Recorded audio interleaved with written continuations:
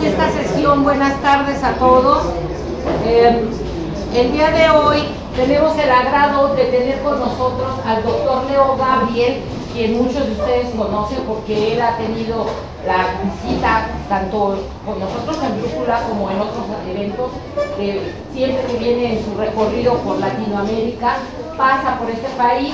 Les voy a dar un poco de su currículum para los que no lo conocen. Él es antropólogo, pero también es cineasta y documentalista, procedente de Austria. Es director científico del Instituto de Investigaciones Interculturales, especialista en estudios latinoamericanos. Su trayectoria como periodista y como productor de películas y como promotor del Foro Social Mundial en la área internacional, sobre todo en Europa, él es el promotor de esa parte. Y él ha venido trabajando también en un proyecto que se llama LAC Autonomy, Autonomías Multiculturales de América Latina, donde coordina también el grupo de trabajo Diálogos de las Culturas del Foro Social. Y por otro lado, pues él ha estado trabajando de una manera como activista en pro de la paz en el Medio Oriente, no solamente Siria, ha estado también trabajando en Gaza, fue también a los barcos que alguna vez llevaron allá apoyo de alimentos y de apoyo asistencial. Entonces es un activista a nivel internacional muy importante porque nos trae sus experiencias directas del lugar de donde él está trabajando, nos las trae a México. En una ocasión anterior que vino, ya tiene como 2 años más o menos, nos presentó el trabajo que estaba haciendo precisamente en Alepo, en Siria, y bueno, a raíz de ahí, tiene 3 años ya trabajando en situ, ahí en Siria. En esta ocasión ha estado trabajando pues ya también un poco sobre la frontera de Kurdistán, ya cerca de Kurdistán, en Siria. Entonces el día de hoy nos va a hablar de sus experiencias como reportero para la televisión austríaca y además nos va a presentar algunos de sus trabajos en video. Entonces le damos la bienvenida a Leo y esperemos que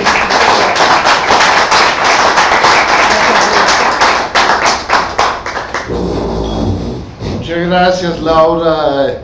Siempre me quedo maravillado que casi nada más es suficiente llegar a México para que tú puedas reunir a tanta gente. Es un magnetismo que para mí es un gran secreto, que algún día me lo vas a compartir.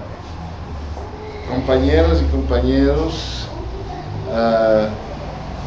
lo primero que quiero preguntarles es: ¿quiénes de ustedes han estado ya en la charla que yo había dado hace un par de años? Ya no me acuerdo. 2. Ajá. Ahora,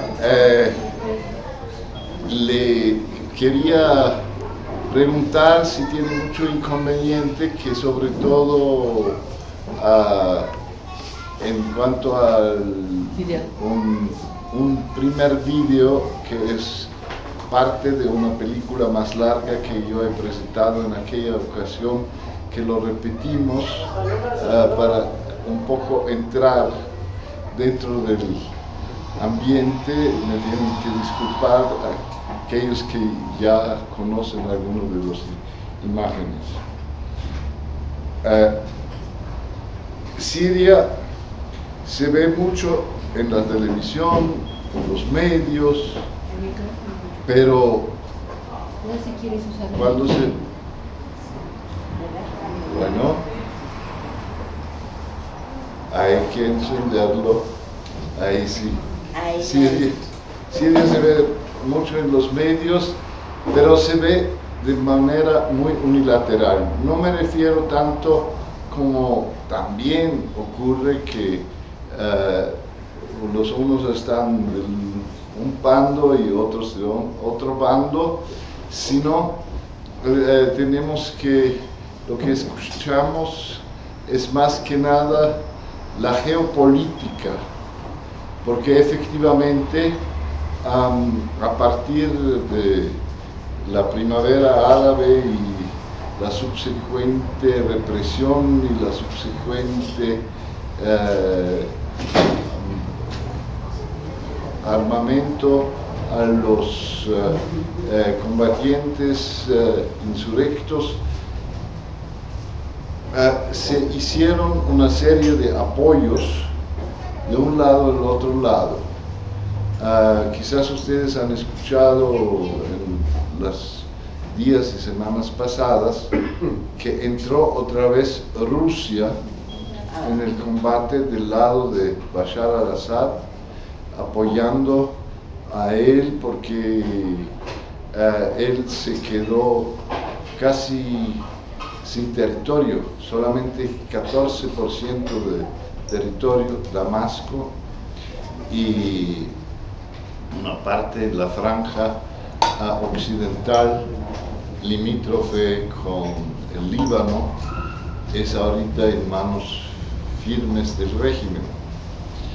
Entonces entraron los rusos para combatir al lado de él, dizque para combatir al Estado Islámico, pero no es así, que están apoyando a Bashar al-Assad, que es conocido este régimen como realmente no tener ningún respeto por ni siquiera las convenciones de la guerra, porque uno de sus quiere destruir a la infraestructura de salud, la infraestructura de educación, o sea, a propósito bombardeando escuelas y hospitales. En esto recibe ahorita el apoyo de Rusia. Por otro lado, vemos que Turquía está haciendo un gran apoyo a los que están en contra de Bashar al-Assad desde el inicio y que han fermentado mucho a estos grupos islamistas y apoyado también a este grupo tan terrible que se llama Autodetermina Estado Islámico, y de él vamos a escuchar mucho esta noche. Por otro lado, también hay una serie de países como Qatar, como Arabia Saudita, que tradicionalmente entra cuando hay un conflicto entre sunitas y chiitas. El mundo árabe en este sentido, el mundo musulmán, porque son todos musulmanes, está dividido y la abrumadora mayoría en los territorios árabes ha sido de orientación sunita. Sunita es, digamos, los que se refieren, no todos dicen en realidad que se refieren a Mohammed, pero hubo un conflicto después de la muerte de Mohammed entre Ali y Mohammed mismo, y mientras que los unos apoyaban a Ali, el otro estaban en contra.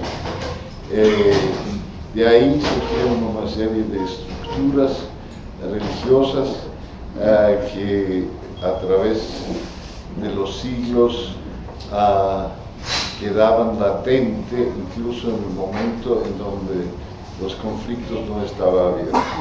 La gran bastión de los chiitas es el Irán. Por lo consiguiente, aquella parte que es una parte minoritaria en Siria, que está relacionado con los chiitas, que son los alevitas,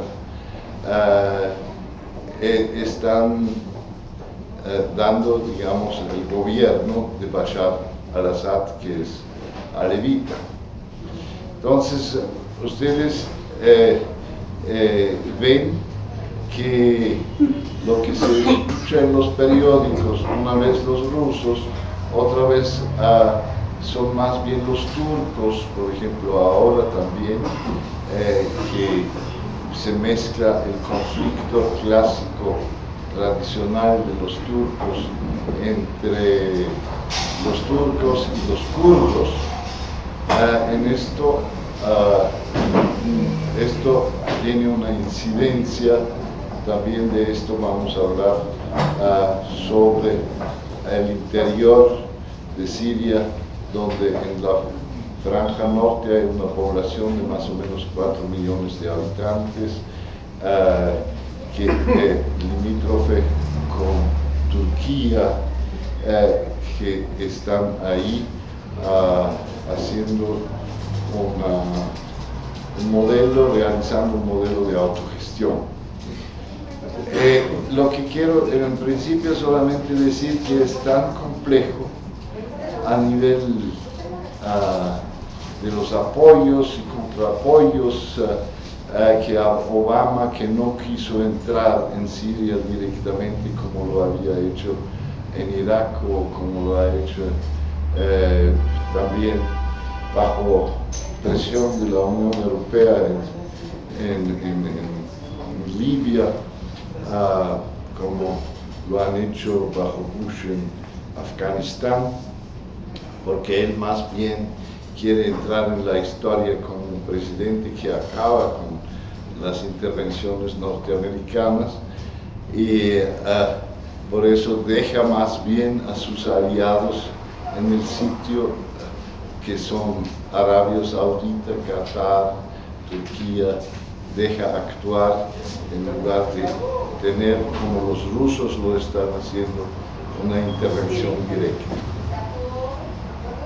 Nosotros, y yo les voy a explicar enseguida quiénes somos nosotros, desde 2012 hemos lanzado una ofensiva de paz, se podría decir, ya que nosotros estábamos claros viendo toda esta constelación geopolítica, que ninguno de los dos bandos puede ganar la guerra.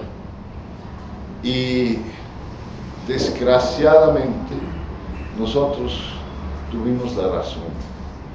Nosotros predecíamos un conflicto de dimensiones que quizás mayores que en otros conflictos de la Segunda Guerra Mundial. Me acuerdo cuando nosotros empezamos, hubo un cálculo de 50.000 muertos, hoy estamos por los 250.000 muertos. Ciudades destrozadas completamente, que la mitad de la población está huyendo, es decir, de 22 millones, más o menos 11 millones están en estampida por un lado u otro, muchos al interior del país, pero mientras tanto algo como 4,5 millones también en las afueras del país, unos 2 millones en Turquía, en el Líbano es particularmente impresionante porque hay una tercera parte de la población que tiene más o menos 3 millones, 2 millones y medio de habitantes, son refugiados sirios. Por otro lado, existen también refugios en Jordania, son un poco menos, y en el Irak también hay bastantes refugiados provenientes de Siria.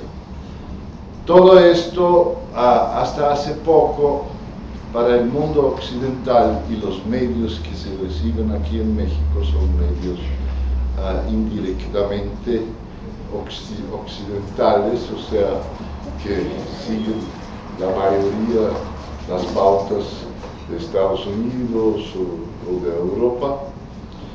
Todo esto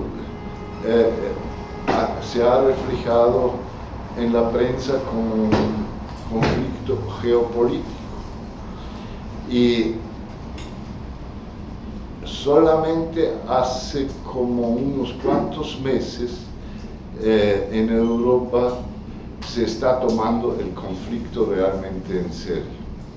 Porque muchas veces es así con los conflictos, mientras que se están matando por allá, bueno, de vez en cuando dice qué lástima que hay tantas guerras, pero uno sigue el ritmo de su vida. De repente se produjo una situación en que centenares de miles de refugiados atravesaron el Mediterráneo, se iban por las fronteras verdes a los países del Balcán en búsqueda del norte, en búsqueda de Alemania, porque Alemania es algo como la meca de todos, quizás aquí como los Estados Unidos para los mexicanos.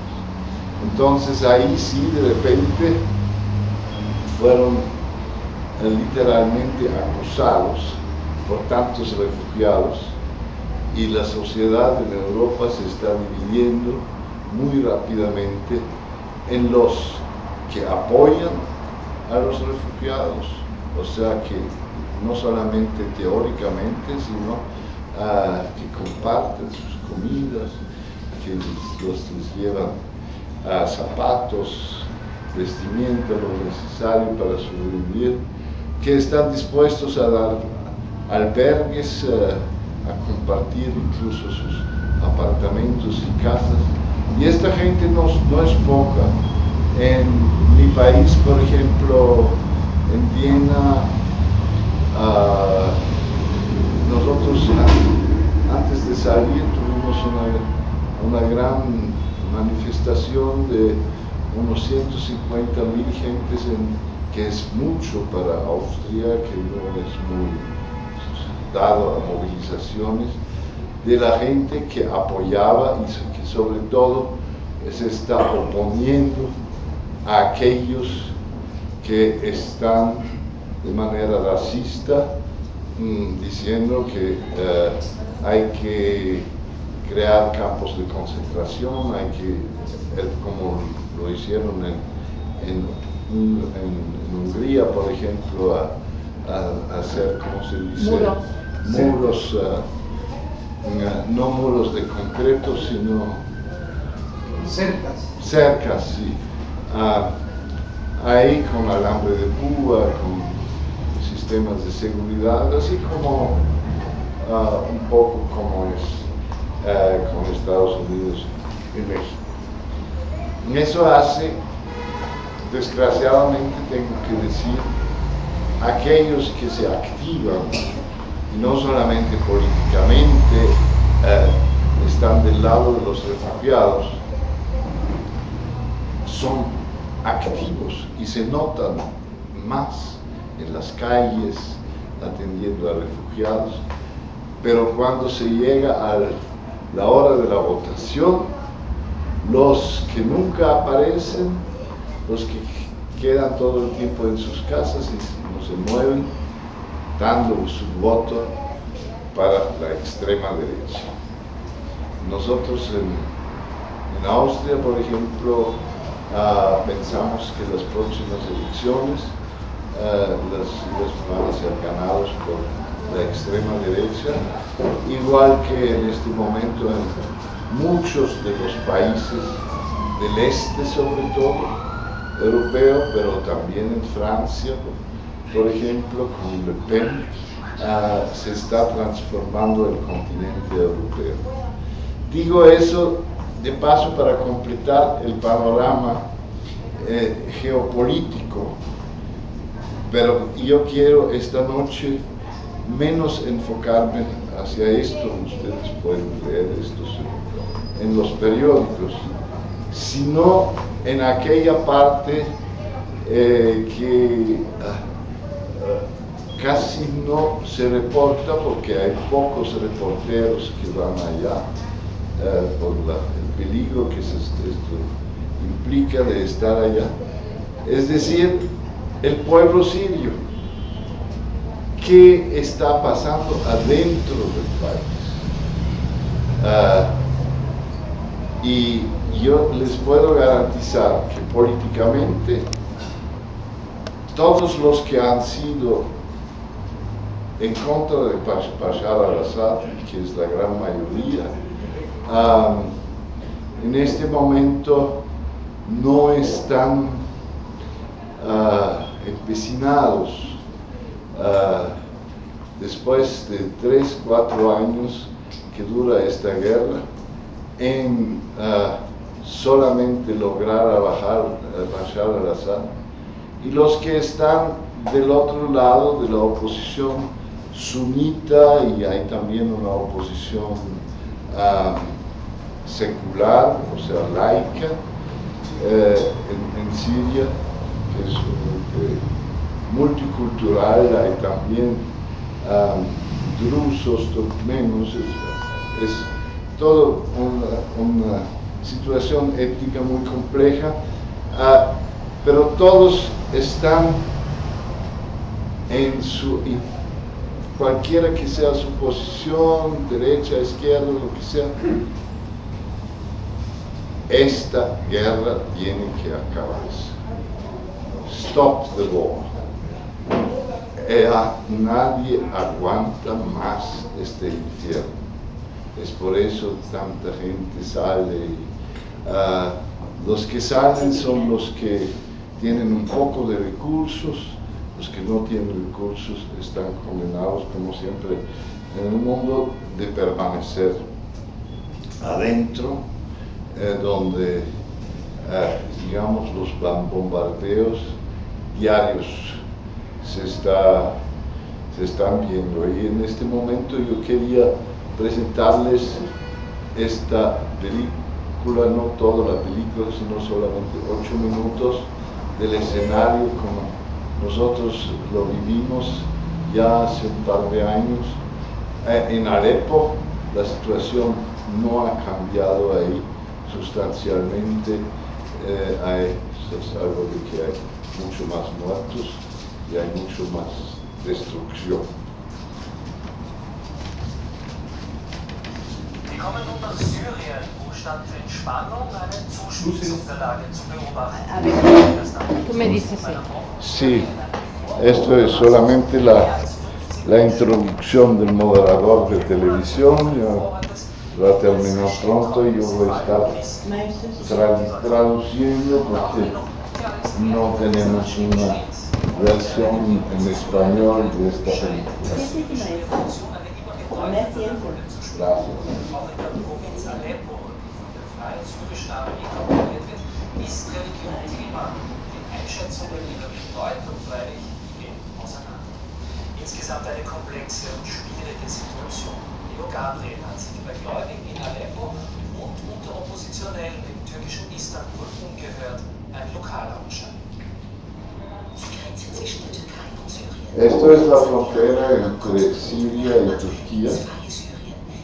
Y este señor es representante de los hermanos musulmanes que fueron fuertemente reprimidos bajo ya en 1980 el padre del actual Bashar al-Assad. Y él dice que se siente feliz de poder regresar al territorio liberado de Siria.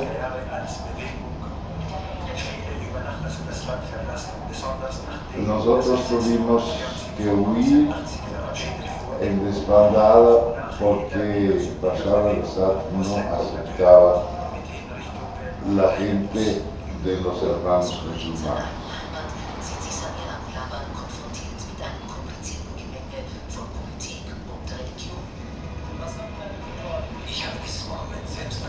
Él es un combatiente en contra de Bashar y él cuenta como todo empezó cuando él había pintado este monumento y él dice: Bashar, te vamos a alcanzar pronto. Ya entrando a la ciudad de Alepo, se ve por todas partes destrucción.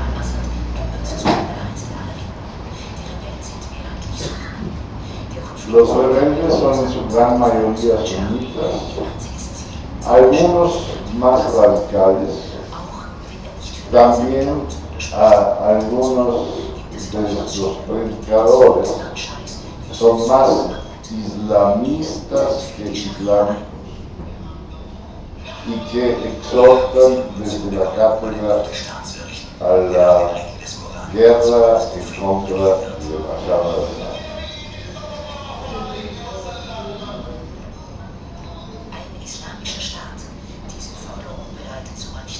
Ahí surge por primera vez también la expresión de Estado Islámico que se quiere imponer por medio de la Sharia, que es la ley de los musulmanes.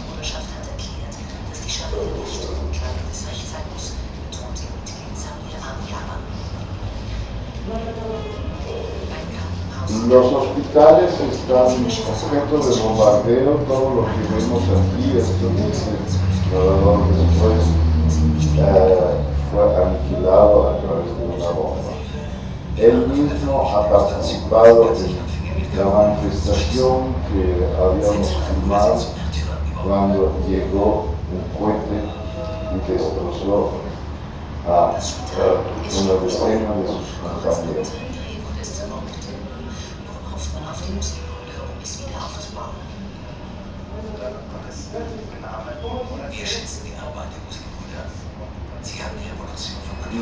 Dicen los sheikhs desde adentro que sí aprecian el trabajo de los hermanos musulmanes,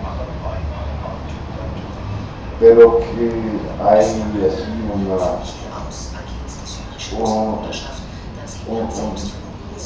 una combinación entre diferentes religiones. El apoyo viene, como ya he dicho, desde el territorio turco. Esto es el número uno de la oposición en aquel entonces, mientras que se ha cambiado, y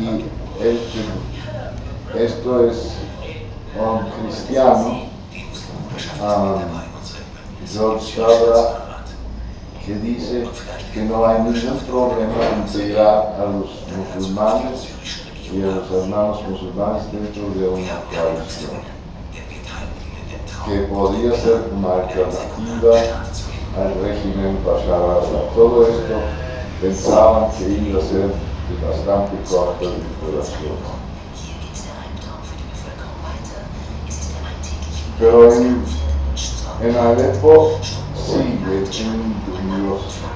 en todas las áreas, territorios, la gente casi no hay gasolina, a pesar de que hay una riqueza petrolera grande, pero esta compañera siempre me toca mucho el corazón, ya no vive, porque ha sido agrado por una bomba hace un año más o menos, cuando estaba distribuyendo pan para los necesitados. Y este es un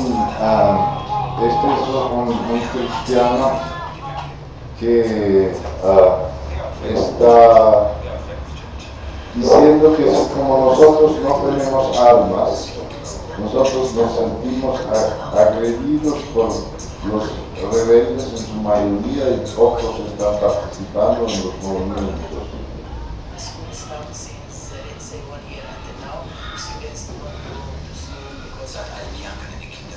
Esto es Irak, donde una sola bomba había destrozado todo Venezuela.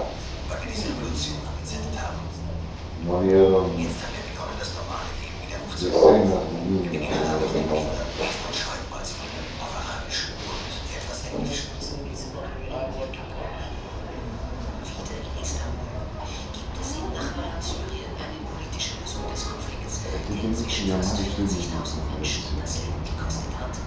Sí, 182.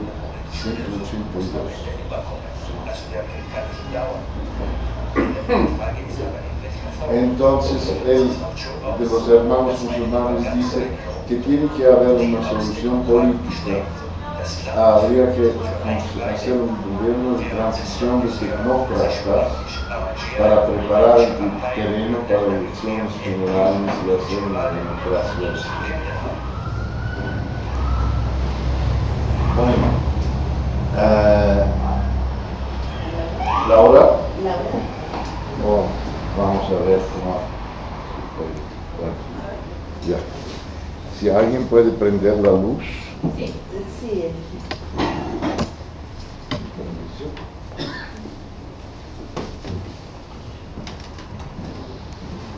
Pues esto fue el escenario más o menos hace 2 años. Y en lugar de mejorar la situación, se volvió más compleja tras la apariencia de una fuerza que nadie había previsto. Desde el Irak, una gran masa, se puede decir, de gente se armó al mando de ex generales de Saddam Hussein. Saddam Hussein era el dictador en Irak que fue desplazado por la intervención norteamericana, y como ellos estuvieron en el territorio sunita, todo esto tenía un cariz al principio religioso o pseudo-religioso. Anticipando un poco, porque mi último trabajo que he hecho es realmente tratar de detectar quiénes son los del Estado Islámico en Siria, ni qué piensan y cómo se les ocurre de hacer esta política tan bestial. Ustedes seguramente vieron cómo tratan a los periodistas y a la gente cristiana, de los yezíes, ni hablar de los chiitas. Hay una política de exterminio total. La mayoría de la gente, y así lo van a leer en los periódicos, piensan que son fanáticos religiosos. Yo les puedo decir ahorita con 100% de seguridad, de religiosidad no tienen absolutamente nada. No solamente en el sentido de que a una falsa interpretación del Corán y una exaltación de la violencia, sino ellos mismos no viven según reglas ni tratan de vivir con reglas de la religión. Utilizan la religión única y exclusivamente para amedrentar la población en los territorios que ellos mismos han ocupado. Por ejemplo, en los territorios kurdos, al igual que en muchas otras partes de Siria, tienen el mismo vicio que yo, mucha gente que están fumando. Ahora, cualquiera que durante la ocupación por el Estado Islámico vive en un pueblo, en una ciudad, que es agarrado con el cigarro en la mano, le cortan el índice y estos 2 dedos. Entonces ya se ve mucha gente ahí que les faltan estos 2 dedos, cosa que a mí como fumador me entra una gran simpatía o toda lástima para esta gente. Pero esto es solamente el principio. Entran y dicen los que quieren convertirse a nuestra religión, se pongan de un lado, y los que no se quieren convertir se pongan del otro lado, sin explicar en qué consiste la religión. Lo único que se sabe es cuando uno dice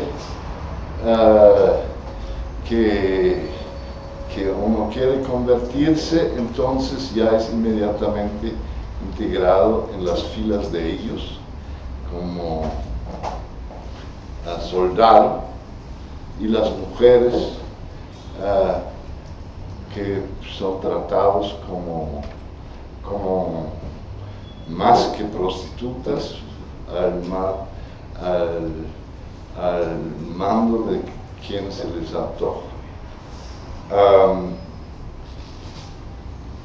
Y yo he hablado, por ejemplo, con el padre de uno de los grandes comandantes notorios del Estado Islámico, y le pregunté cómo era este muchacho, porque yo, como soy vienesa, Sigmund Freud, y me da alguna idea quizás cómo es el desarrollo del carácter y todo esto, pero me di cuenta que yo pensaba demasiado complicado. Él dijo, este muchacho desde que tenía 12 años ya no sirvió para nada porque se emborrachaba todo el tiempo y siempre de parranda, y no trabajaba nada, y que esto, lo otro. Entonces yo dije, esto va a haber cambiado ahora que es el comandante, tiene que trabajar, y ya no tomar, y todo eso. Dice, olvídese. Él, la última vez que vino en estado completamente ebrio, y cuando yo le dije, mi hijo, eso no es el camino correcto que estás tomando, él sacó una granada de mano de su bolsa y dice, papá, una palabra más y nos vamos los dos. ¿Ustedes piensan que eso es religión? ¿Eso es familia? Esto es... yo no tengo ahorita las últimas filmaciones que hemos hecho en estos territorios que habían sido ocupados por el Estado Islámico, pero si no, les hubiera mostrado cómo, por ejemplo, se había destrozado con dinamita una mezquita muy bonita, con muchos estos fayones, azulejos, era realmente con vidrios de color, y uno de las gran renombre en el área, lo habían destrozado. ¿Por qué lo habían destrozado? Porque aparentemente decían que esto no correspondía a su religiosidad.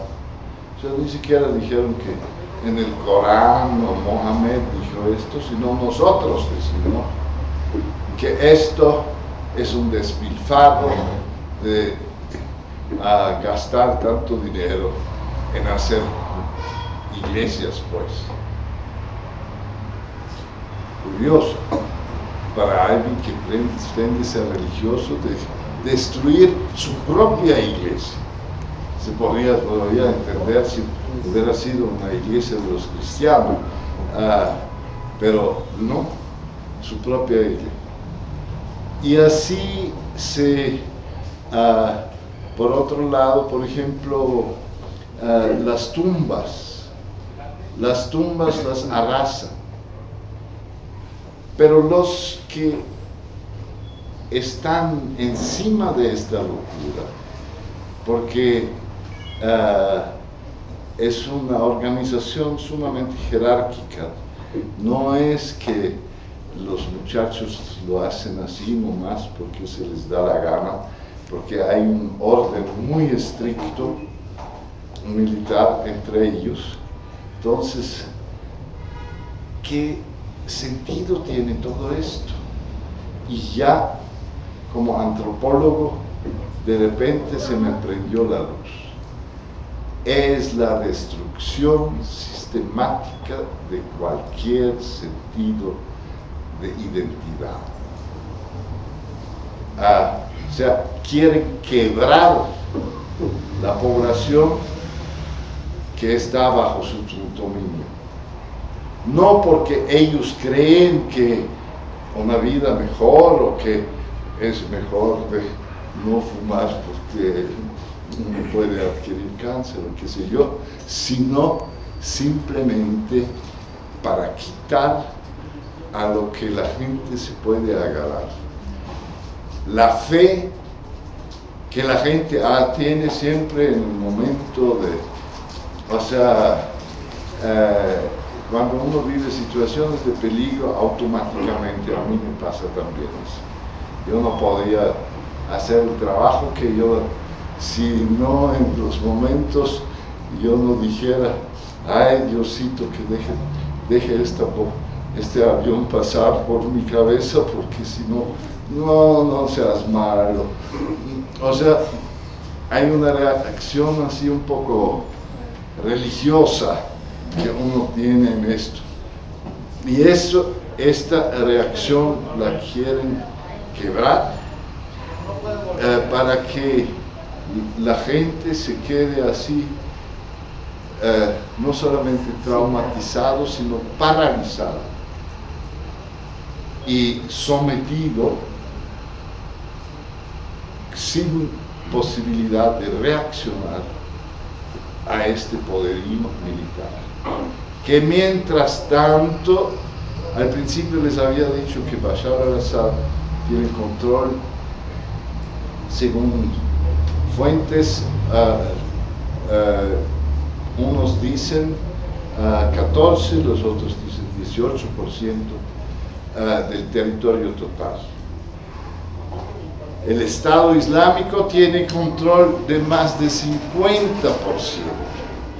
del territorio sirio. O sea, el mecanismo que le estoy diciendo, que esto abarca grandes territorios, no siempre muy poblados,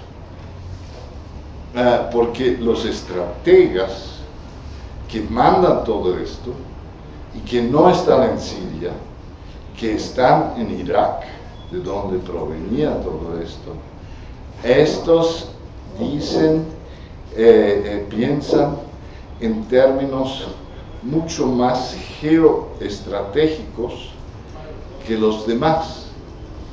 El rebelde común y corriente que salió de la primavera árabe en 2011 tenía así como la fantasía que ellos son valientes para tumbar un dictador y esto.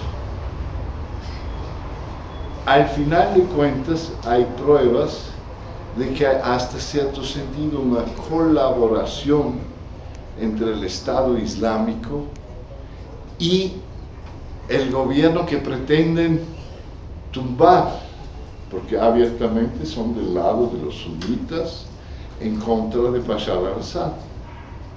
Nada más observaciones que uno solamente obtiene si uno está adentro. Curiosamente, cuando hay grandes negocios o empresas así de madera, Bashar no los bombardea.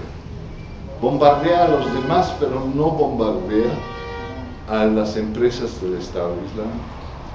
Qué curioso. Yo estaba sentado en una cena con un ingeniero de, ¿cómo se dice? Ingeniero de petróleo, o sea, que está manejando, sabe de esto, de los oleoductos, de los pipelines y todo eso. Entonces yo le dije, ¿y a dónde venden el petróleo del territorio ocupado por el Estado Islámico? Entonces le tuve que repetir 3 veces la pregunta, porque él no entendía por qué preguntaba eso. Hasta cuando yo descubrí que él no podía entender porque todo quedaba igual. Todo va para Damasco, todo va para Istambul, para Turquía, todo el comercio grande del petróleo sigue intacto. Entonces, ¿qué pasa? Ahí está, supuestamente, atacando Turquía al Estado Islámico, lo cual no es cierto porque también se corrobora que incluso con armamento se había apoyado las estructuras de ellos. Y por otro lado, el Bashar al-Assad, que dice que su existencia, su razón de ser, es en su visión, en su ideología, en sus discursos, combatir el Estado Islámico. Y hacen negocios diariamente y grandes.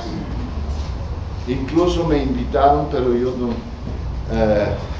no tenía el valor de ir a un lugar que era así, mitad entre los del Estado Islámico y los otros, donde se administra el petróleo, para decirme y mostrarme con papeles en mano cómo se reparten el fruto, las ganancias del petróleo entre el Estado Islámico y Bashar al-Assad. Entonces, esto hace la situación todavía más complicada. Y nosotros,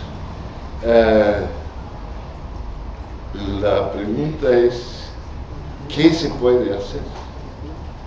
Si ni las grandes potencias pueden, si ni las Naciones Unidas pueden, con nuestra iniciativa de sociedad civil, que empezamos en 2012, no sé si funciona el internet, entonces les voy a mostrar quiénes somos nosotros, para que se den una idea.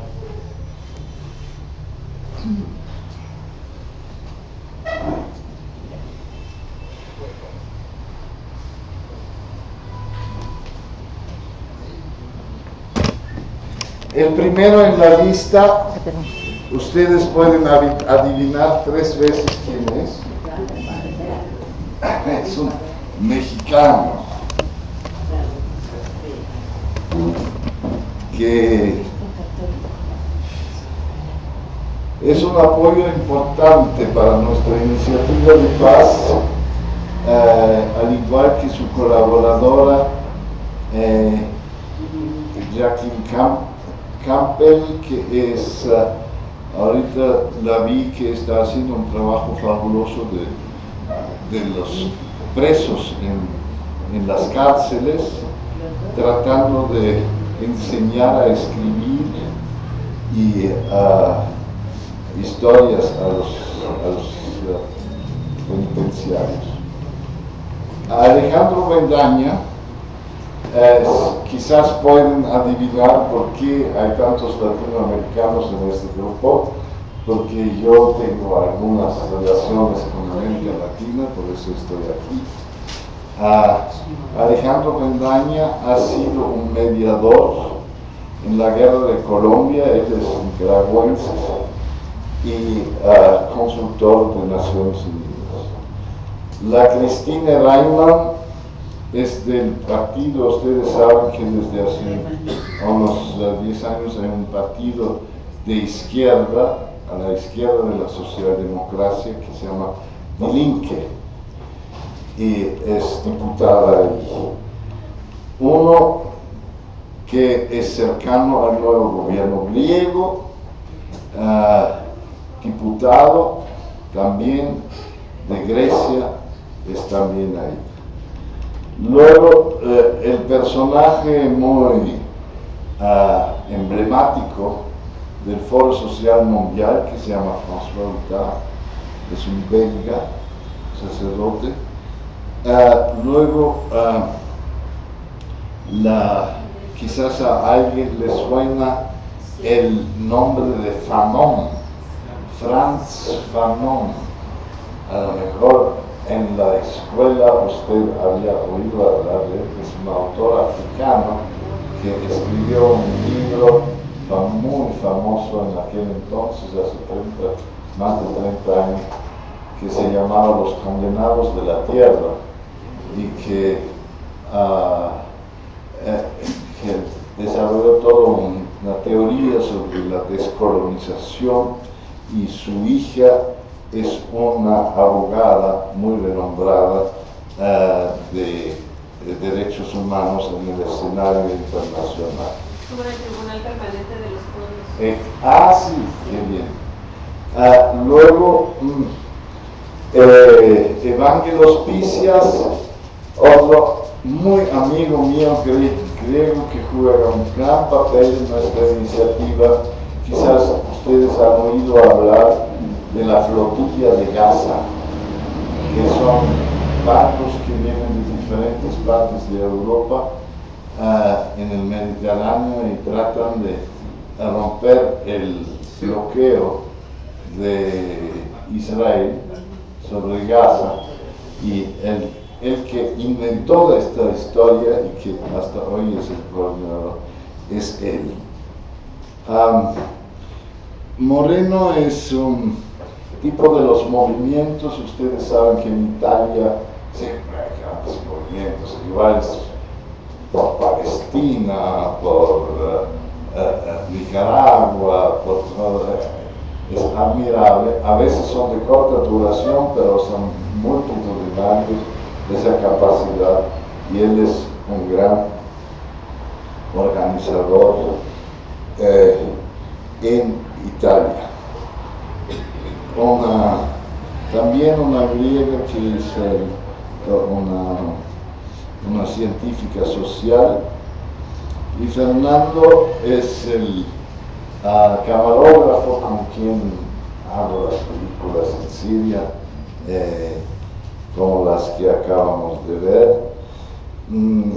Vili es un gran conocedor de la zona. Él durante muchísimos años trabajó por la liberación de Palestina, y aquí como último Leo Gabriel. Eso les quería un poco para que no quede así tan impersonal. Tenemos el apoyo de varios premios Nobel de la Paz, como por ejemplo Pérez Esquivel o Rigoberta Menchú. No hace falta un apoyo sustancioso en el sentido político. Mucha gente está con nosotros, y al principio, cuando empezamos, tuvimos un poco la animosidad de los que pensaban que solamente nosotros no debemos hacer toda esta iniciativa de paz porque esto prolonga la vida de Bashar al-Assad y evita que la revolución tuviera lugar, porque pensaban que en unos pocos semanas y meses él se iba a ser tumbado. Por otro lado, los otros también, los islámicos, no nos querían durante un tiempo. No, los otros, es decir, el gobierno de Bashar nos vivió con mucha suspicacia, a pesar de que nos recibió y hemos hablado con él y con el gobierno, pero es un gobierno de doble fondo. Siempre dijo, con todas las propuestas de paz, sí, pero luego hacen todo lo contrario. Por eso es tan difícil de hablar y de negociar con ese gobierno. Ahora, entrando ya en la profundidad del asunto, conociendo el terreno, cómo se está en este momento perfilando la guerra con sus diferentes niveles, el nivel original de la primavera árabe versus la dictadura, el segundo nivel, chiitas contra sunitas, y el tercer nivel geopolítico, los rusos y Irán por un lado, y los Estados Unidos, Turquía, Saudi Arabia por otro lado. Son como tres niveles de guerra que se manifiestan en un solo país.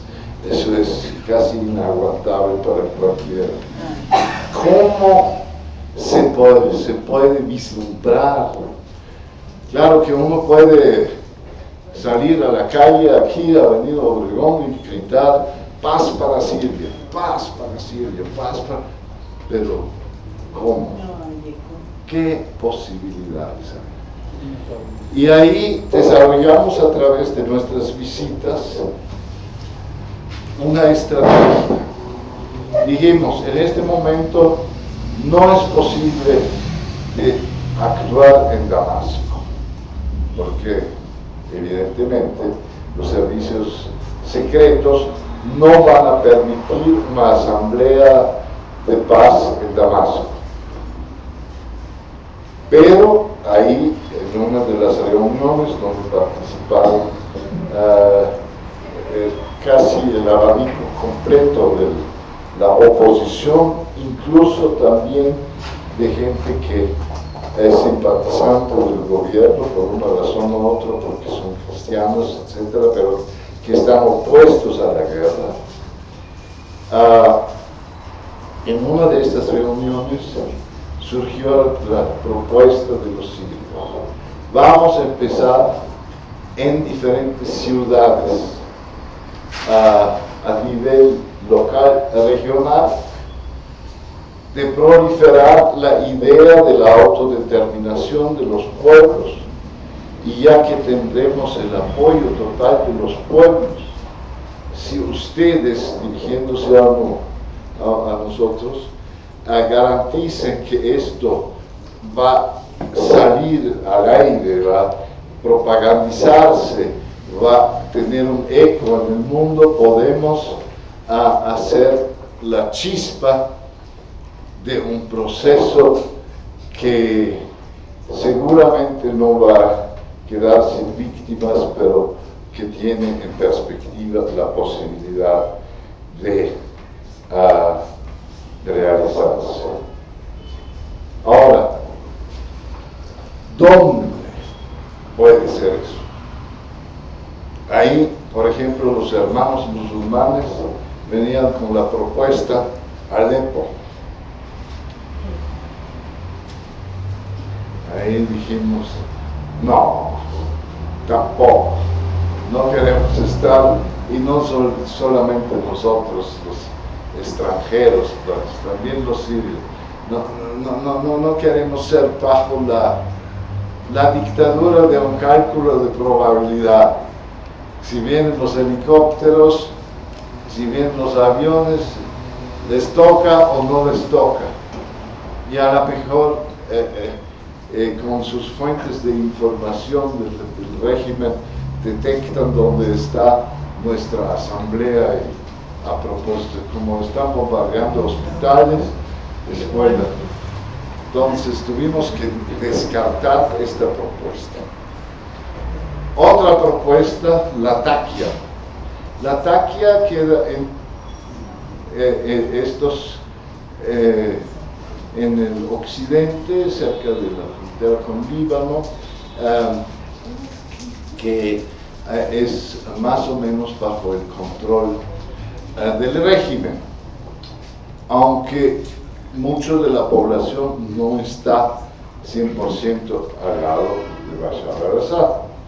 Esto era interesante, la propuesta para, por ejemplo, para nosotros, los internacionales, porque estoy seguro que militarmente no hay bombardeos como en Alepo, y si el gobierno, que ya nos ha dado entrada varias veces, eso no era el problema para nosotros.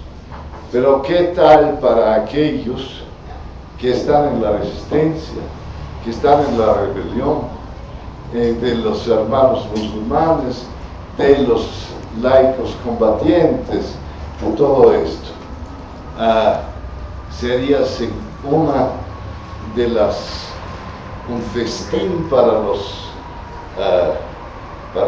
que están en los servicios secretos de Bashar al-Assad, de capturar a esta gente de un solo y descabezar las cabezas que todavía quedan en el proceso. Entonces quedó descartado. Tercera opción, los kurdos. A ver cómo están. Y nadie en realidad, tampoco de los sirios, es que hay que entender que uno como periodista que se ha movido ahí, termina de sabiendo más que los sirios, porque los sirios, ¿qué pueden hacer? Quizás pueden escuchar la BBC de Londres en la radio. Quizás saben lo que está en su lugar, pero ya a 200 kilómetros de ahí donde están no saben. O sea, nosotros tenemos más información que la población en general. Entonces ahí hay una serie de rumores que cunden y que los unos dijeron, no, los kurdos están del lado de Bashar al-Assad. Bueno, si ustedes, ¿de dónde saben esto? Es que me han dicho esto. Los otros dijeron, son gente muy violenta y que que no aceptan gente que no es kurda en su territorio. Ethnic cleansing, como en los Balcanes, dijeron. Y lo tercero es que es tan peligroso que inmediatamente cuando llegamos nos van a fusilar a todos. Y ahí dijimos, vamos a ver. Y reunimos ya por segunda vez, yo vengo ahorita de ahí, y ya por segunda vez una delegación internacional para ir al territorio kurdo. Y de repente es como, es que hay que entender estas situaciones. Cuando nosotros estábamos por entrar, un día antes de entrar, habían masacrado a este periodista japonés, entonces no me dio muy buen ánimo de ver esto, y por otro lado con todo lo que, y sirios que preocupados por nosotros dijeron, no vayan, es la muerte segura, y nosotros en base, tampoco por ser locos, sino en base a nuestras fuentes de información, eso no puede ser, eso así seguramente no es, quizás hay otra cosa.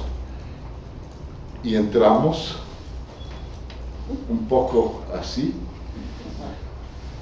y ahí había ya tomado contacto con las fuerzas kurdas que estaban muy anuentes de recibir nuestra delegación, y yo les había dicho, desde la frontera con Siria yo solamente acepto viajar si hay un convoy armado para protegernos contra el Estado Islámico si hubiera un ataque. Bueno, llegamos ahí por el Tigris, a la frontera entre Irak y Kurdistán, y estábamos esperando por dónde están los armados, porque nos habían garantizado. Se acercaron dos jóvenes mujeres, muy bonitas por cierto, en perfecto inglés. ¿Usted es el señor Gabriel? Sí, estamos buscando dónde están. ¿Cómo? dice que nosotros venimos a su protección. Entonces, bueno, ¿qué hacemos? Ya no podemos regresar. Y nosotros le garantizamos que usted está en la parte más segura de todo el territorio sirio. Y así fue. Nosotros no escuchamos ni un tiro. Nosotros no escuchamos de ningún asalto, ningún operativo del Estado Islámico, etc. ¿Cómo es eso posible? Eso primero era posible porque seguramente ustedes han leído eso sobre la ciudad de Kobani. Ahí fue una batalla estratégica que han desarrollado una fuerza de cohesión entre los kurdos y también entre la población árabe. Se sumaron a las fuerzas militares de los kurdos que no existieron hace 2 años, todavía no existieron, se construyeron de manera bastante rápida, y ellos tenían una táctica de todos lados, y esto se repitió, y como les había dicho antes, nosotros fuimos a los territorios liberados por los kurdos que antes había sido bajo dominio del Estado Islámico. Entonces, la estrategia o táctica existía de ir de un lado contra un flanco de los combatientes del Estado Islámico y de noche sacar a la gente, pero toda, desde el bebé hasta el abuelito, etcétera,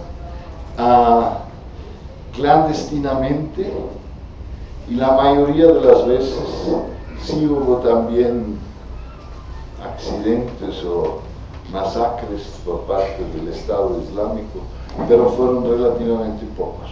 Y entonces, ya que el Estado Islámico era ahí adentro, hicieron un gran cerco y no dejaron salir a nadie, y que hasta que el Estado Islámico dijo tregua, cese de fuego, y los kurdos dijeron no,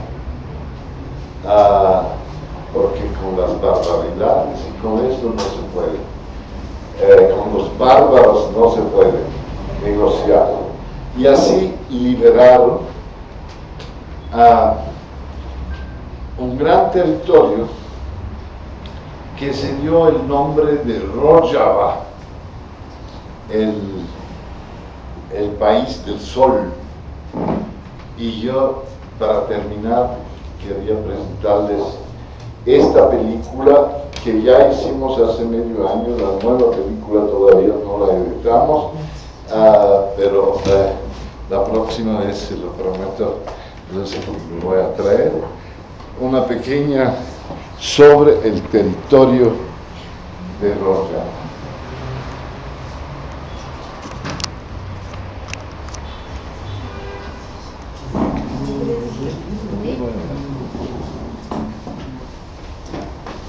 Está en el stick.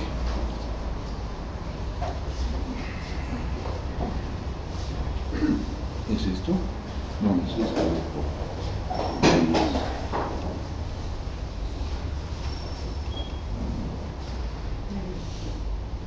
¿Dónde ve?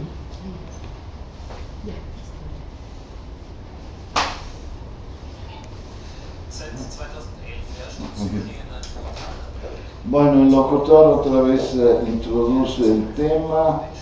Esto quizás podemos adelantar. Eso es más o menos la ubicación geográfica. Kavishne es la capital de Rojava, que tiene más o menos 200.000 habitantes, la capital. lo que les une, dice el locutor, es la lucha contra el Estado Islámico. Estoy en el cementerio de Qamishli, donde las mujeres ahí son combatientes del batallón de mujeres, hay batallones enteramente de mujeres, y ahí están llorando una combatiente.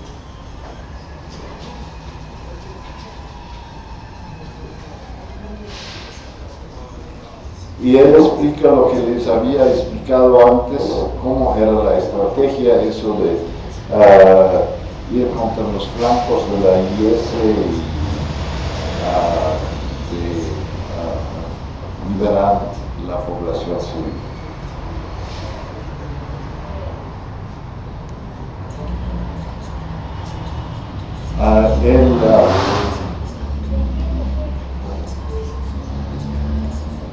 ¿Cómo se llama?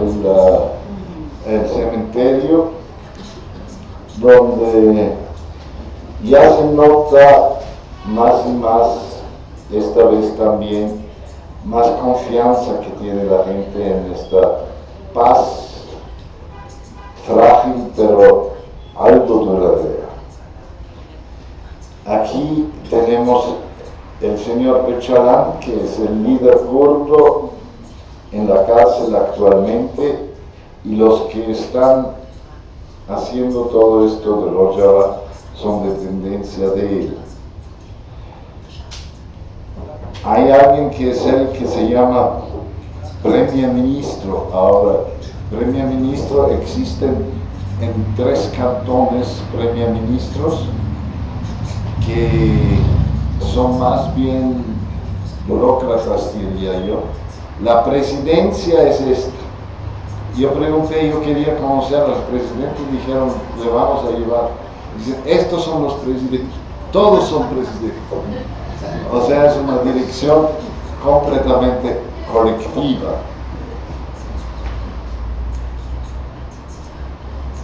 Esto ya es limítrofe con Turquía,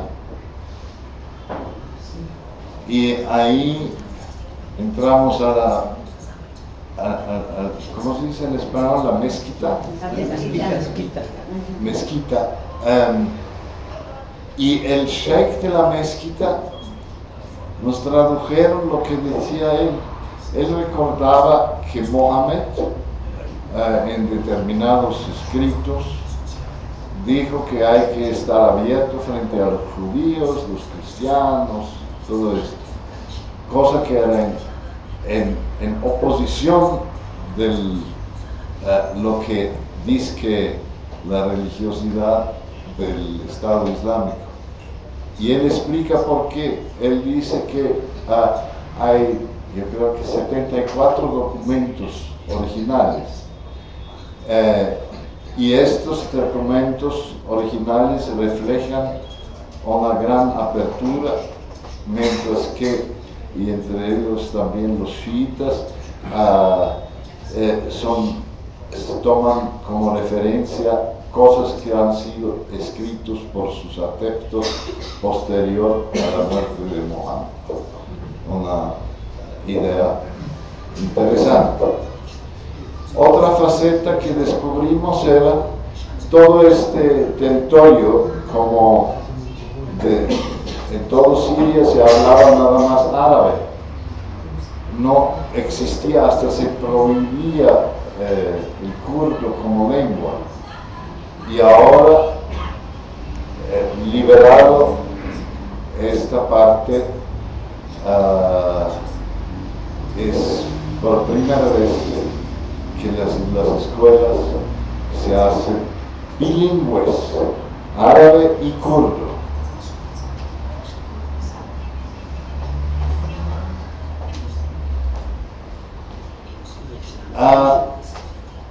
En medio de este ambiente mayoritariamente musulmán están los cristianos.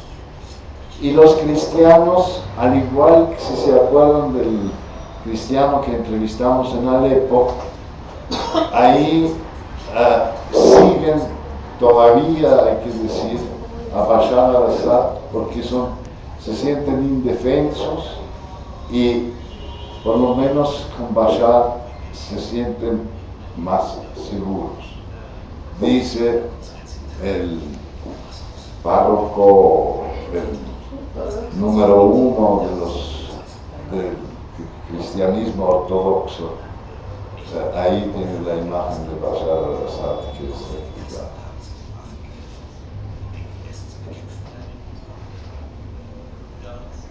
Pero dice que ellos mismos también tienen milicias. Estos son milicias cristianas. Por primera vez ya se están armando los cristianos para participar del lado de los kurdos en contra del Estado Islámico. Y no todos los cristianos son pro-Assad. Aquí visitamos, por ejemplo, un padre cristiano, pequeño empresario, que dice que los negocios van muy mal, pero de todas maneras juntamos nuestras fuerzas en el barrio.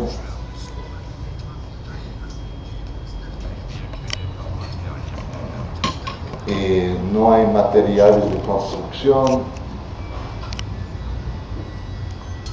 y la señora de la casa dice que está cocinando para 13 gente de su familia, más de la familia, digamos, más en el sentido más largo, porque si se cocina conjunto sale más barato.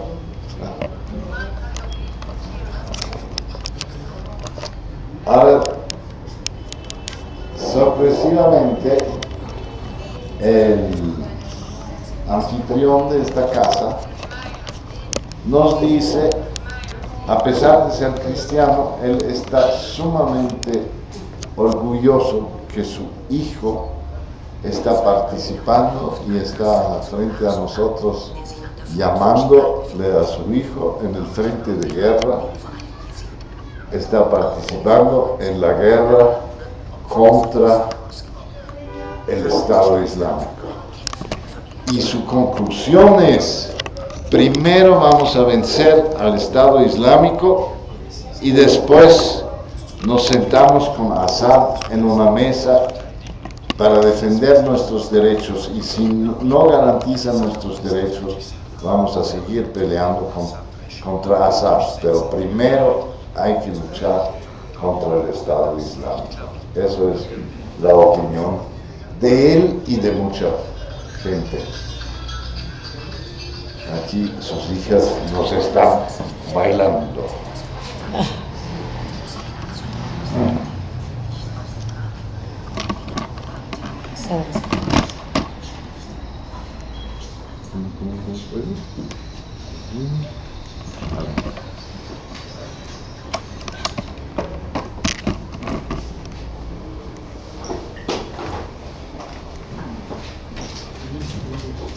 Entonces, para terminar, nuestra idea como iniciativa es fermentar una alianza entre los kurdos, tal como los conocimos, con un sistema de autogestión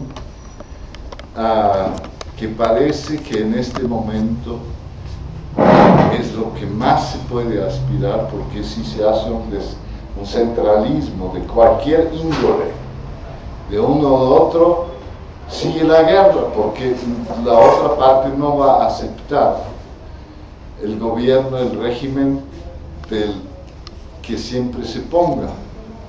Y esto el Occidente y las Naciones Unidas, etcétera, todavía no han entendido.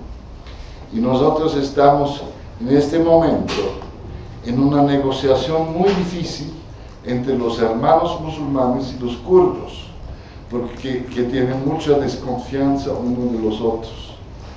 Si se acuerdan que había dicho que dijeron sobre los kurdos medias barbaridades, Y también los kurdos dicen que los otros andan con los islamistas, con los del Estado Islámico, lo cual tampoco es cierto. Y estamos 100% convencidos nosotros, pero no se trata de convencer a nosotros, se trata de que ellos se convencen. Y había cosas tan chistosas como que invitamos a una delegación de kurdos y una delegación de hermanos musulmanes a Viena, a mi país neutral, y así en las oficinas de mi instituto, y eso es siglo XXI. Todo el mundo tenía su laptop y estaba por Skype en comunicación con los comandantes en el sitio donde se dice que hay las barbaridades.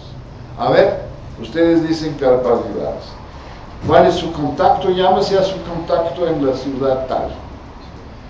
Nosotros también. Y los dos llamaron y a ver, ¿está cierto que está ocurriendo? No. Ajá, ¿escuchó? Que usted está alegando que no es cierto. Lo tiene que admitir hasta su propio compañero de su propio bando. Y así, poco a poco, estamos avanzando en esta gestión de paz que va a durar,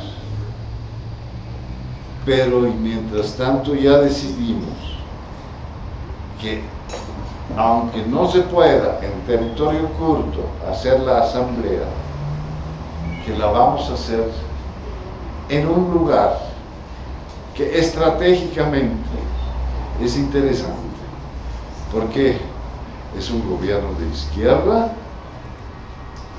A ver, adivina, gobierno de izquierda, es parte de la Unión Europea,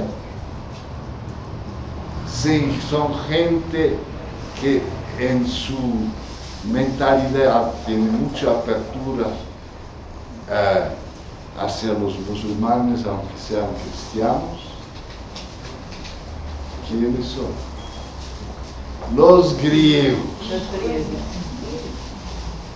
Queremos hacer en enero esta asamblea de paz con combatientes kurdos, con combatientes de los musulmanes, con los descontentos de la guerra, aunque sean del lado de Bashar, para conformar una gran sociedad civil y ojalá que funcione, que tengamos éxito. Gracias. Agradecerle su conferencia. ¿Está prohibido? ¿Se escucha? Sí. Les voy a pedirle por favor que guardemos las preguntas para que sea más así rápido y podamos. Bueno, agradecerte el espacio, agradecerle al profesor que nos ha compartido esto.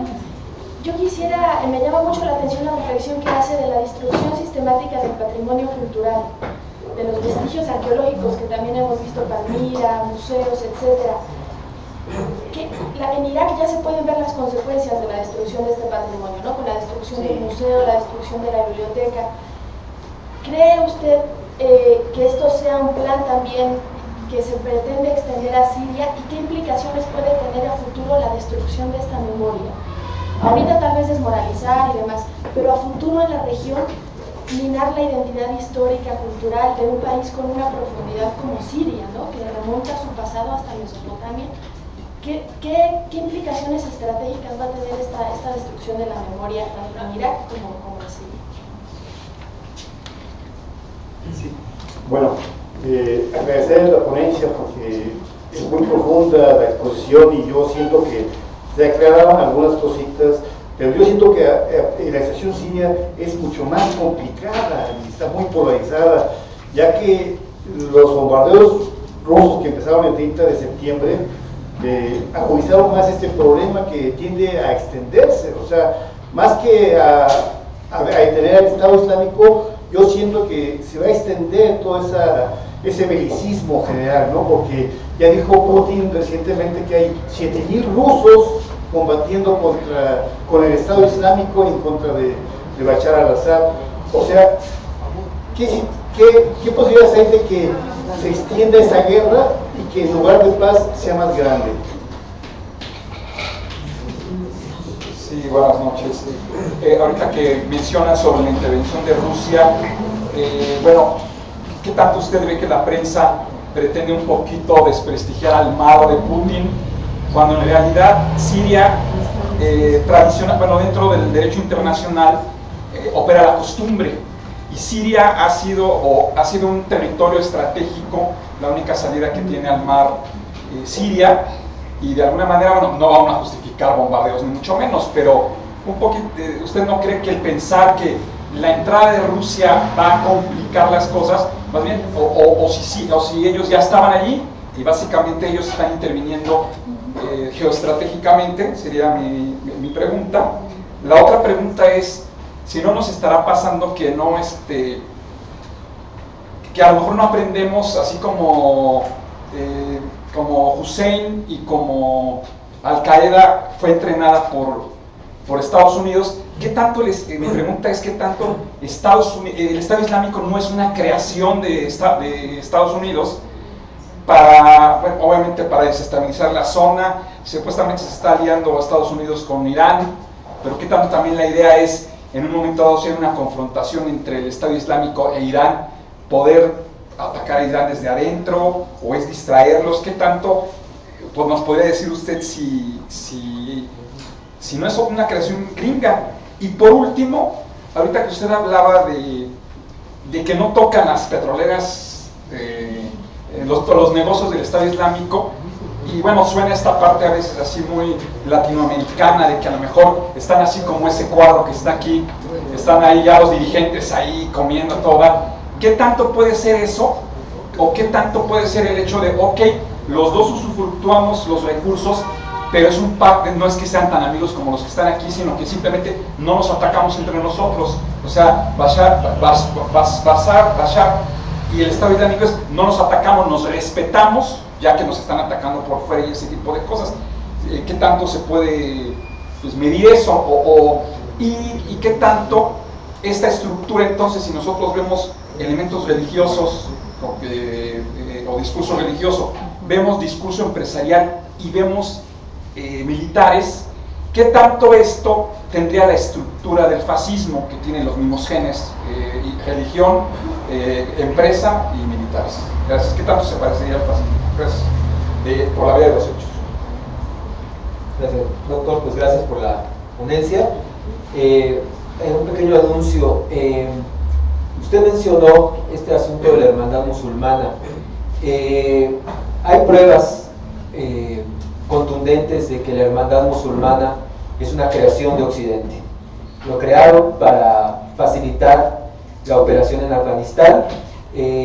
La organización a la que pertenezco pusimos un documental en YouTube, lo pueden ver, se llama La verdad detrás de Siria, así se llama.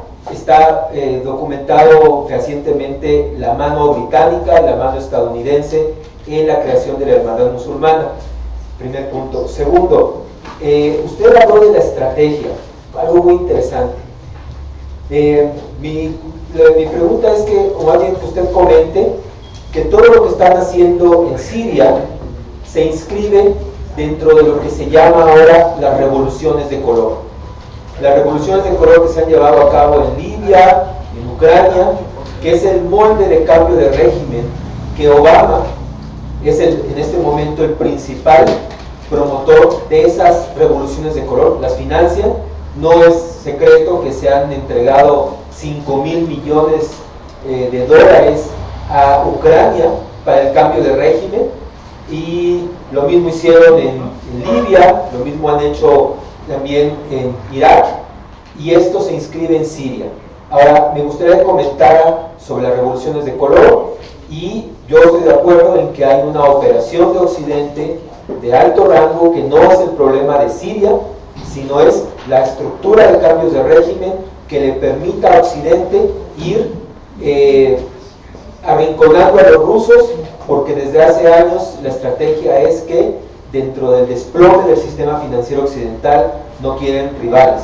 Y como Rusia y China sí están levantando un nuevo sistema económico, como lo acaba de decir el propio presidente chino, lo dijo hace 2 días, el presidente chino está llamando a reformar el Fondo Monetario, a reformar el Banco Mundial y a crear un nuevo sistema económico mundial. Eso es lo que teme Occidente, porque saben que China pues está actuando, no solamente está hablando, tiene inversiones muy fuertes en África, en Medio Oriente, en América Latina, y me gustaría mucho escuchar su comentario. Gracias. Buenas noches, profesor. 3 preguntas, la última me salgo del contexto. Primero, ¿qué porcentaje de católicos hay en Siria? La segunda, entendí de que solamente a través de una coalición, acá llamamos coalición, no sé cómo se le llama, una coalición de sectores, partidos, organizaciones, puede solucionar a través de métodos de autogestivo la solución de ese entorno de Siria. Y la tercera, nosotros lo vemos a través de noticias occidentales. ¿Cómo vieron, por eso digo, a lo mejor me salgo del contexto, cómo vieron y qué relación tiene el régimen de Egipto, y particularmente cómo vieron el atropello, el asesinato de los turistas mexicanos en ese momento por allá? No sé si se recuerda ese tema. Gracias. Buenas noches, mi nombre es Sebastián, soy del Instituto Marítim Internacional, soy estudiante de arquitectura. Bueno, mi pregunta va un poco más enfocada en cuestión de arquitectura. Bueno, nosotros actualmente estamos en un proyecto que es internacional, sobre un concurso de un hotel, y mi pregunta va enfocada hacia los lugares en Siria que puedan estar no en conflicto, que sea factible poder realizar una construcción en la que reúna cultura, porque la cultura también sería un paso importante o un factor de cambio en esta guerra que se está dando. Y bueno, más que nada es esa mi duda: ¿en qué lugar de Siria se puede o sería factible construir un lugar que albergue cultura? Bueno, muchas gracias.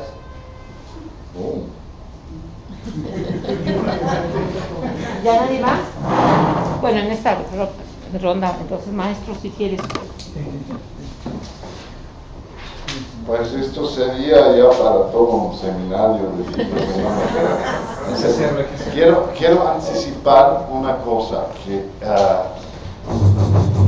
yo me siento mientras tanto bastante firme en mis conocimientos del interior de la situación de Siria, que tampoco se conoce.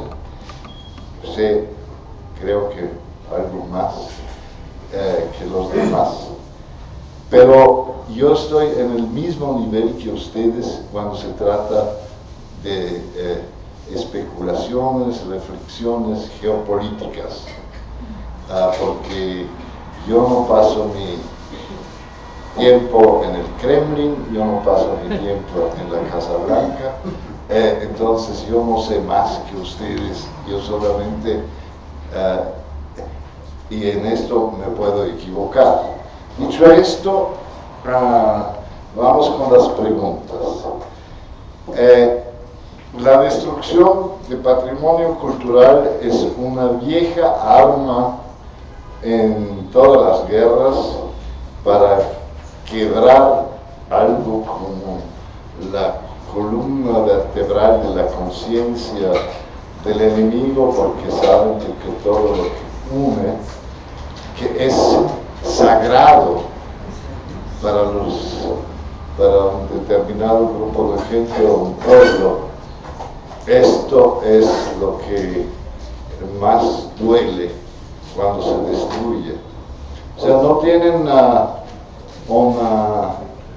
una alternativa propositiva, no dicen nosotros somos musulmanes y destruimos a los cristianos porque ser musulmanes es mejor que los otros.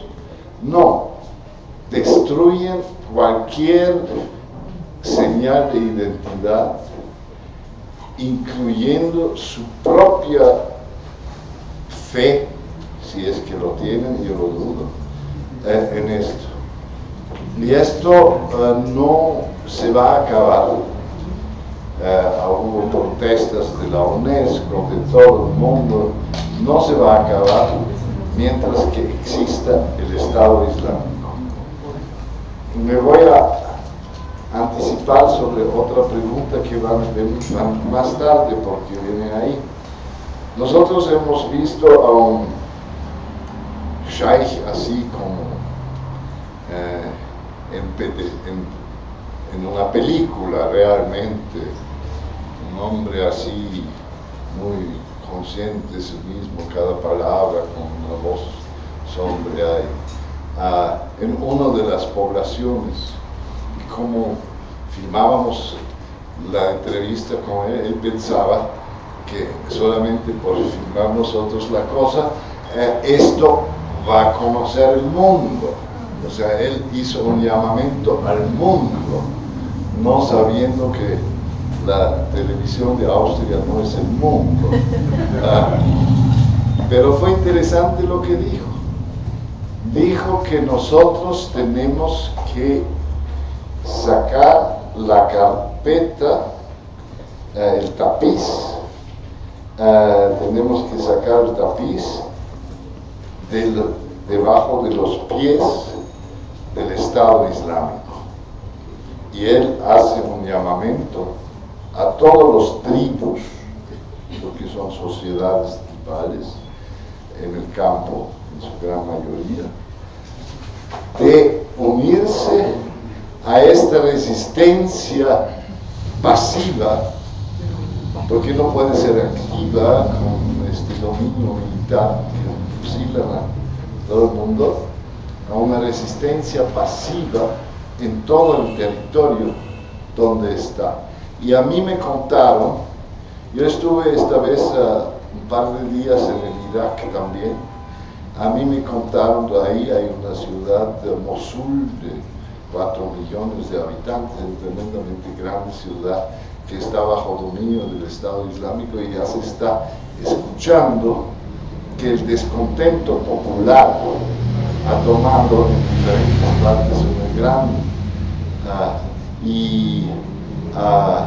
esto junto con fuerzas militares que atacan eventualmente podría dar una derrota. Yo estoy confiado que este sistema, y esto dicho de paso porque alguien lo mencionó, un sistema que exactamente, esa es la conclusión que llego, tiene los mismos características estructurales que el fascismo, que el fascismo del Estado, y es una filosofía del Estado. La gente se deja un poco perturbar porque piensa algo que tiene que ver con Islam, como Estado Islámico, suena así, el Bagdadi que quiere ser el calife, pero en realidad lo que están defendiendo es una superestructura estatal, y ahí hay una cosa muy interesante que viene al encuentro de otras preguntas que me hicieron, que el Estado como punto de referencia, hay una ideología que ha predominado durante 60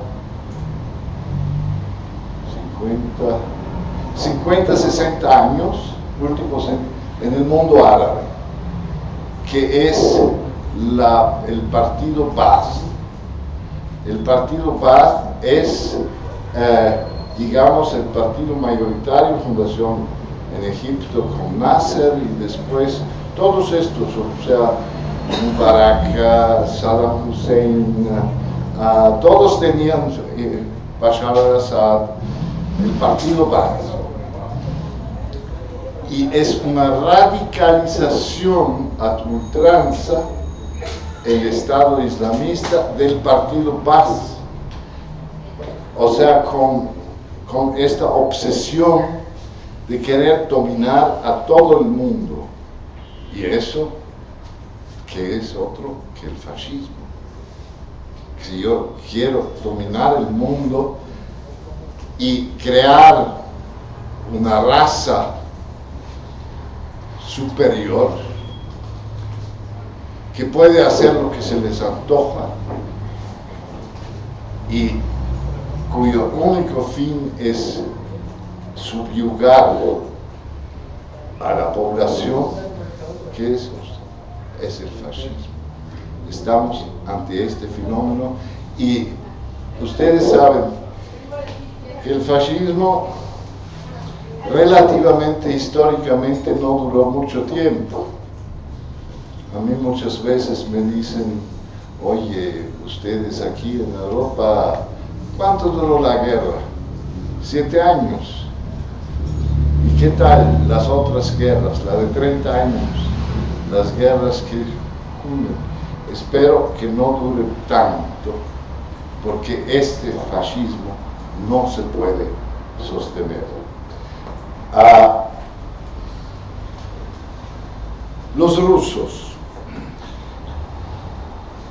Yo creo que tal como están en este momento, y tiene usted toda la razón que hay razones para mantener el acceso en Siria a la base militar y al mar, que defienden sus propios intereses.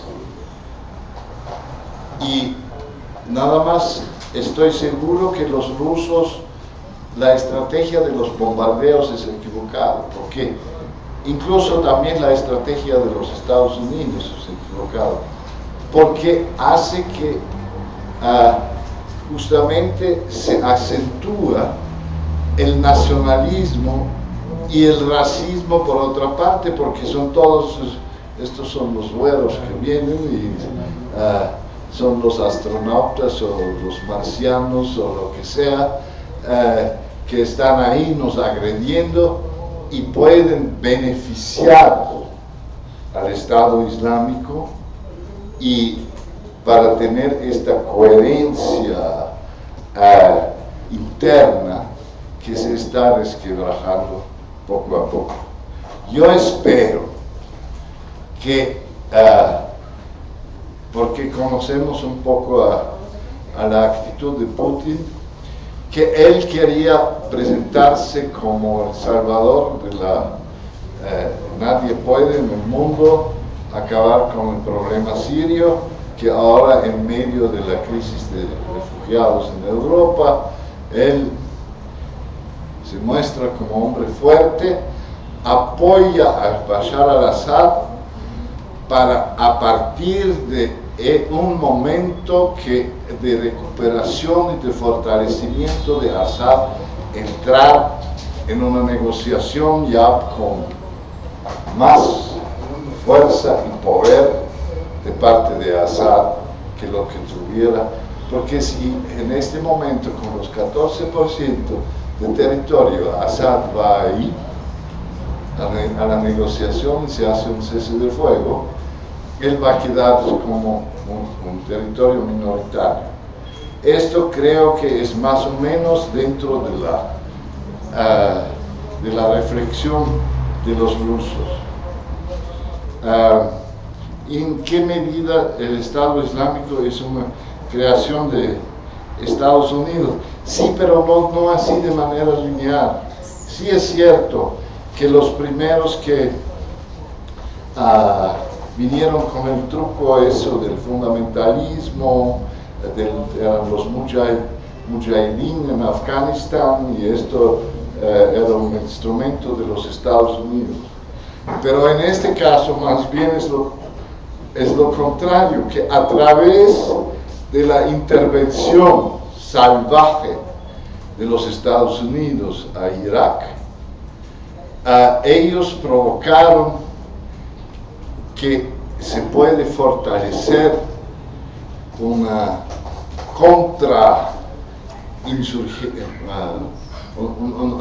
insurgencia contra la colonización que tuvo lugar en el Irak. Ustedes tienen que tomar en cuenta que esto no fue una intervención en Irak, eso fue una colonización. Nadie era presidente, había figuritas ahí por allá que pusieron, pero el señor Bremer era el dictador y el ejército se disolvió y el servicio secreto se disolvió, y incluso bajo Obama se hizo más confianza a los chiitas en el Irak que a los sunitas. Entonces tampoco son tontos aquellos. Entonces trataron de organizarse con un poderío militar desde el principio muy fuerte. Si se acuerdan de los combates que duraron meses en Fallujah, por ejemplo, en contra de los americanos, y no pudieron. Eso significa que había ya un poderío militar en la clandestinidad. Y los generales eran hasta hoy son de Saddam Hussein. O sea, es una reacción más bien a los errores garrafales de Estados Unidos. Sobre fascismo ya hemos hablado.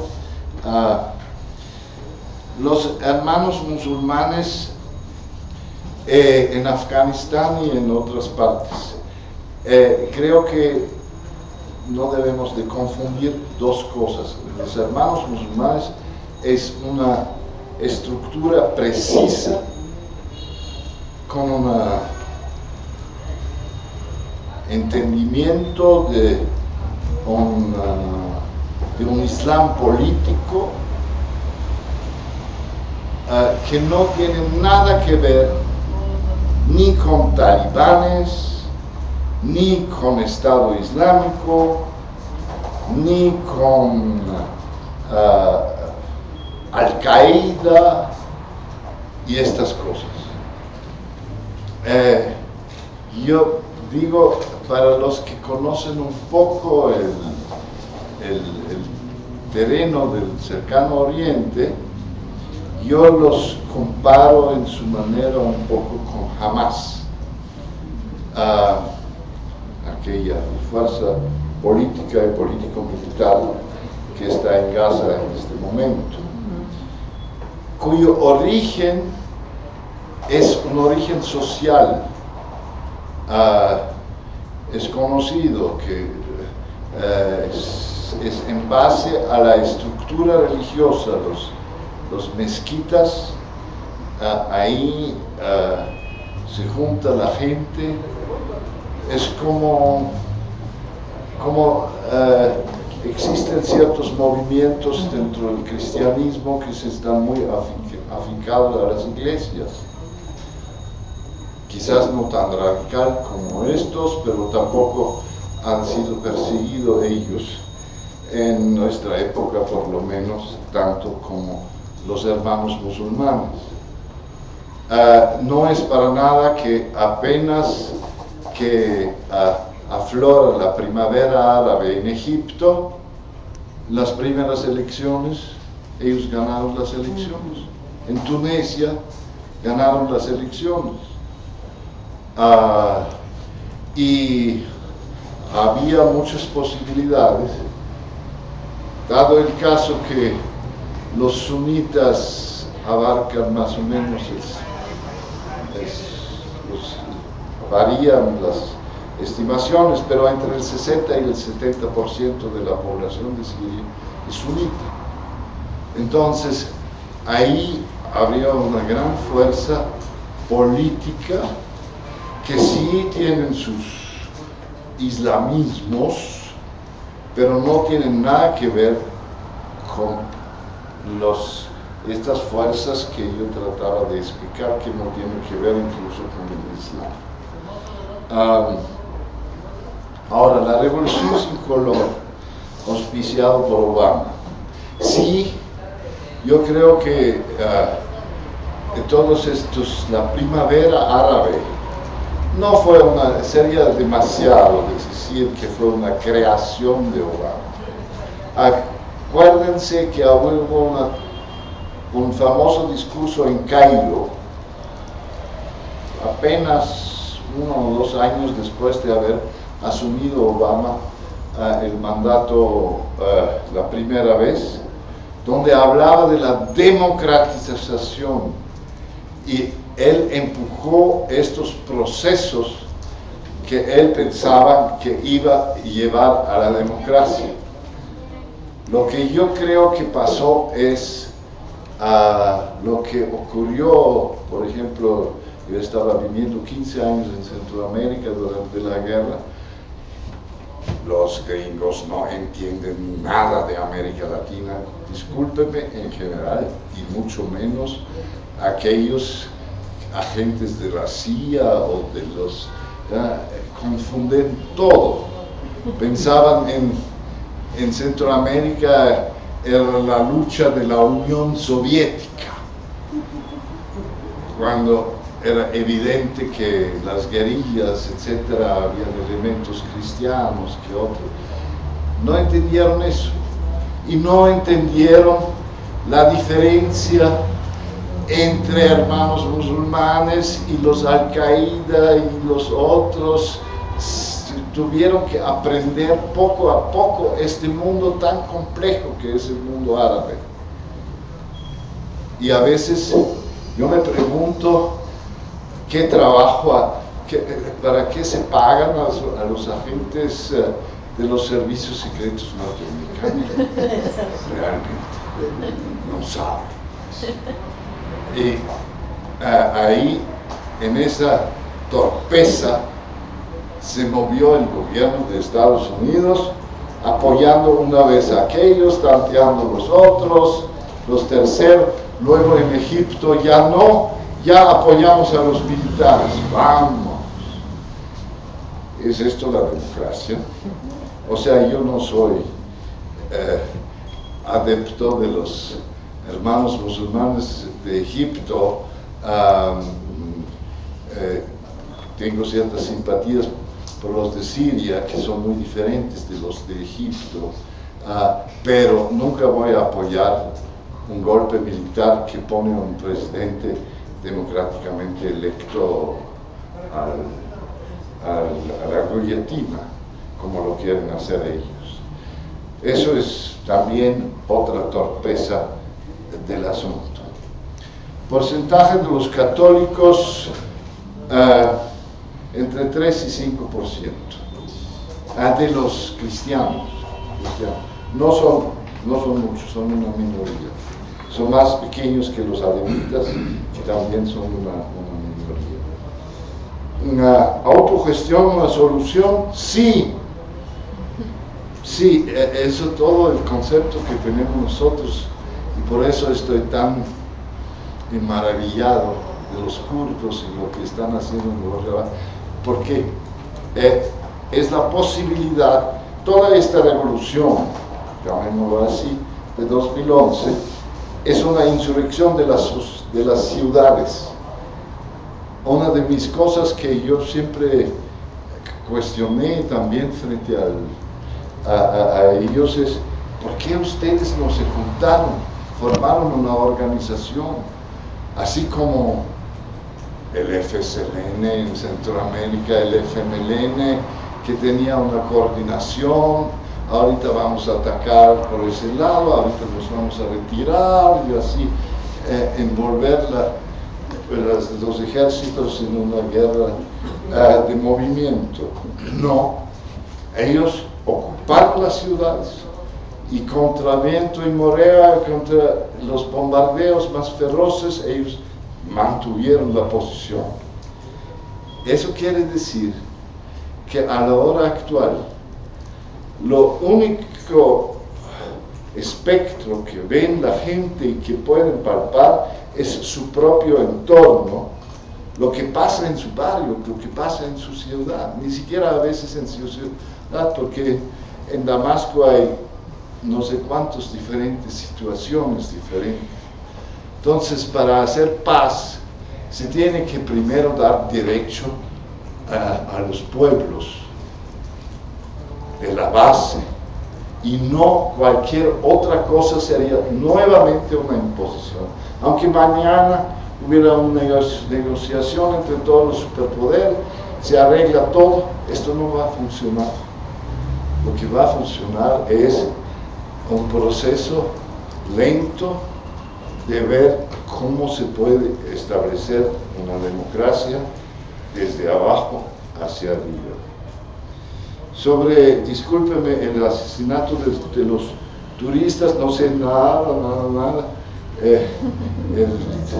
Esta región es tan grande que uno no puede estar en todos lados, pero quería aprovechar a propósito de eso, porque no solamente en Egipto se mataron desgraciadamente mexicanos, pero hay también en Tunisia en 2 oportunidades.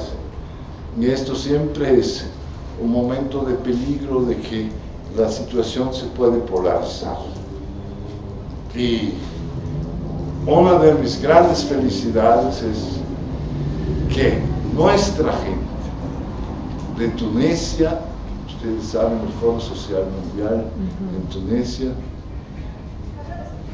ganaron el Premio Nobel de la Paz porque supieron en un momento dado, donde había gran peligro, que lo que de Siria se iba a repetir o se iba a proliferar, en este momento ellos negociaron con los hermanos musulmanes, con estos partidos, con la izquierda, con esto, para conformar un proceso constitucional, y que este proceso constitucional dio una solución duradera a partir de la sociedad civil. No fueron los partidos arriba, fue este grupito de gente, tan chiquititos e insignificantes como nosotros, ahí nuestra iniciativa, que lograron la cosa. Y esto merece una segunda reflexión, y con eso quiero terminar. Yo creo que, para mí por lo menos, hay una guerra en México. México vive en una guerra sin darse cuenta que es una guerra. ¿Quiénes son los bandos? No me quiero... ustedes todos saben mejor que yo, no quiero exteriorizarme porque si no me cae el artículo 33. Pero creo que la única forma de llegar a un consenso de esta guerra es cambiar las reglas del juego, un proceso constitucional, una asamblea constitucional. Porque esto fue la solución en Tunisia, esto fue la solución en Bolivia, donde había una guerra milenaria quizás, o por lo menos 500 años. Ecuador igual, etc. Yo creo que por ahí va la cosa, y esto podemos aprender de América del Sur, eso podemos aprender también del Medio Oriente, y eso es una enseñanza quizás que estos pueblos le dejaron a México. Muchas gracias.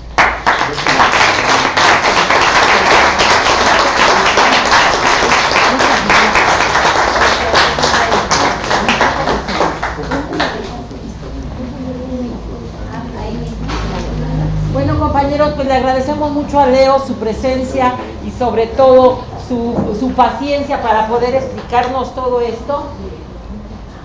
Entonces, pero le queremos dar un reconocimiento a nombre de todos ustedes por este esfuerzo que está haciendo, porque él viene con una de carreras, y entonces le entregamos este reconocimiento a nombre de todos ustedes. se vea que le dio gusto.